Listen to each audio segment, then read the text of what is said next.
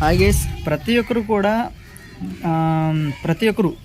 మనకు మెసేజ్ చేస్తుంది. ముఖ్యంగా మెయిన్ మెసేజ్ ఏంటంటే, అన్న నేను బ్రీడర్స్ కొన్నాను రేసింగ్ హోమర్స్ ఎగ్జైట్లేదు, అన్న నేను బ్రీడర్స్ కొన్నాను రేసింగ్ హోమర్స్ ఎగ్జైట్లేదు, అన్న నేను బ్రీడర్స్ కొన్నాను రేసింగ్ హోమర్స్ ఎగ్జైట్లేదు. బట్ ఏంటంటే నేను కూడా మొన్నటి వరకు ఎగ్జాక్ట్ పాయింట్ అంటూ నేను ఇప్పటి వరకు నేను కూడా తెలుసుకోలేకపోయాను. జస్ట్ రీసెంట్గా ఒక 1 వీక్ బిఫోర్ నేను కూడా రీసెంట్ మెయిన్ పాయింట్ నేను తెలుసుకున్నా. మీరు ఎస్పెషల్లీ ఒక రేసింగ్ హోమర్స్ మీరు అప్పటి వరకు మీరు సాదాలు పెంచి రేసింగ్ హోమర్స్ సడన్గా కొనేసి వాటిని ఎలా చేస్తారంటే దేవుడికి పూజ ఇచ్చినట్లు పూజిస్తారనమాట. వాటికంటూ సెపరేట్గా చేసి, వాటికంటూ సెపరేట్గా చూసుకొని, వాటికంటూ ఎంచేపు పట్టుకొని, వాటికంటూ క్రాసింగ్లో అవుతుందో లేదు చెక్ చేసుకొని, ఇంకా ప్రతిదీ కూడా సో ఇలా చేస్తారు కదా. అది ముఖ్యంగా మనం చేస్తున్న తప్పు అనమాట. నేను బర్డ్స్ తెచ్చి ఒక 1.5 month అయిపోద్దేమో, లేదా 1 month దాటేస్తుంది. ఏదైనా 1.5 month అవుతుంది అనుకోండి. యావరేజ్గా ఒక 50 days అవుతుంది. ఒక పేరు తెచ్చాను, 50 days అవుతుంది. అది మీకు కూడా తెలుసు. బట్ మరి ఇంకా టోటల్ డీటెయిల్స్ అయితే దాని గురించి చెప్పను. దాని గురించి పక్కన పెట్టేస్తే ఏంటి అంటే, అప్పటి వరకు సాదాలు అంటే జస్ట్ దౌడియాలో లేదా ఫ్యాన్సీలో ఏదో సోకి అంటే పెంచి సడన్గా మనం రేసింగ్ హోమర్స్ పెట్టేటప్పటికి ఏమవుద్దంటే వాటి మీద ఇంపార్టెన్స్ అనేది వాటి మీదకి వెళ్ళిపోద్ది అనమాట. ఇంపార్టెన్స్ అనేది మనకు తెలియకుండా వాటి మీద షిఫ్ట్ చేసేస్తాం. సో ఇప్పుడు ఏమవుద్దంటే వాటి మీద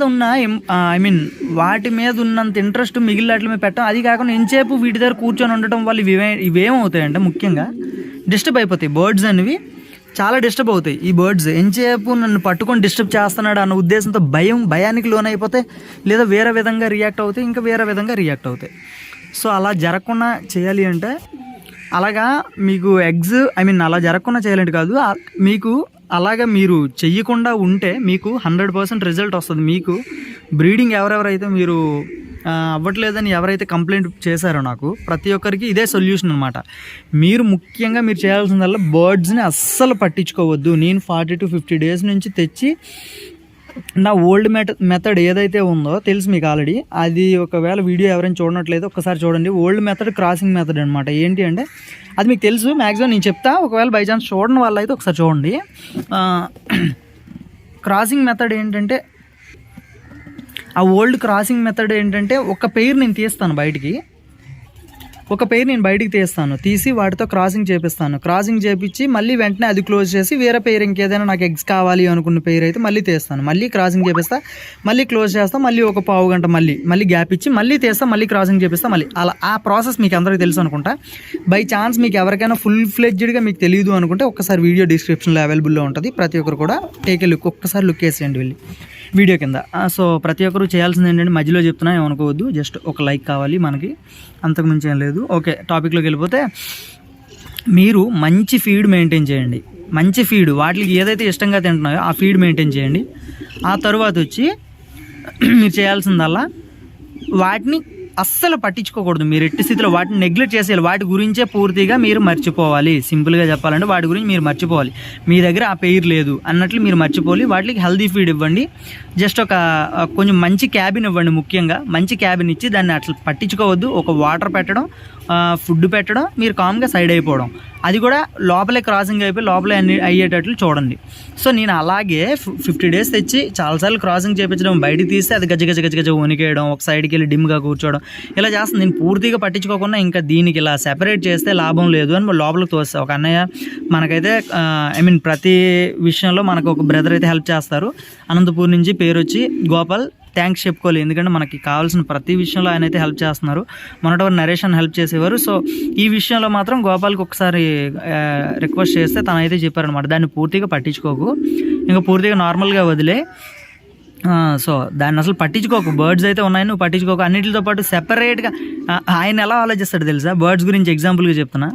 ఈడేంటి నన్ను ఒక్కరిదాన్నే సెపరేట్ చేసి వాళ్ళందరినీ రూమ్లో పెట్టి నన్ను మాత్రమే ఇందులో పెడుతున్నాడు అంటే, నేను తక్కువ అవి ఎక్కువ అన్నట్లు ఫీల్ అవుతాయంట. అది ఇప్పుడు నేను ఏదైనా ప్రతిసారి మనసులో ఆలోచించండి, బర్డ్స్ గురించి మనసులో ఆలోచించండి అంటానే. ఎస్పెషల్లీ ముఖ్యంగా చెప్పాలంటే అన్న అలాగే ఆలోచిస్తారనమాట.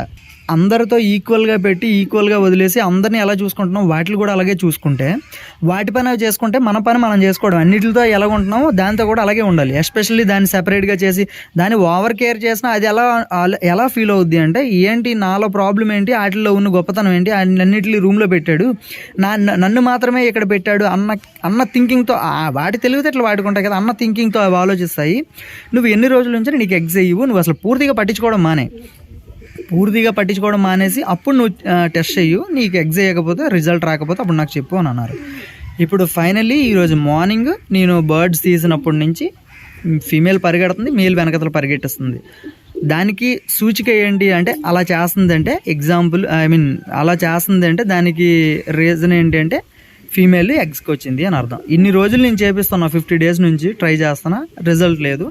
నేను పూర్తిగా పట్టించుకోవడం మానేసి అది కూడా జస్ట్ 1 week నుంచి 1 week కూడా కాదేమో ఒక 5 days నుంచి పట్టించుకోవడం మానేసాను. ఇప్పుడు ఎగ్స్కి రెడీ అయింది.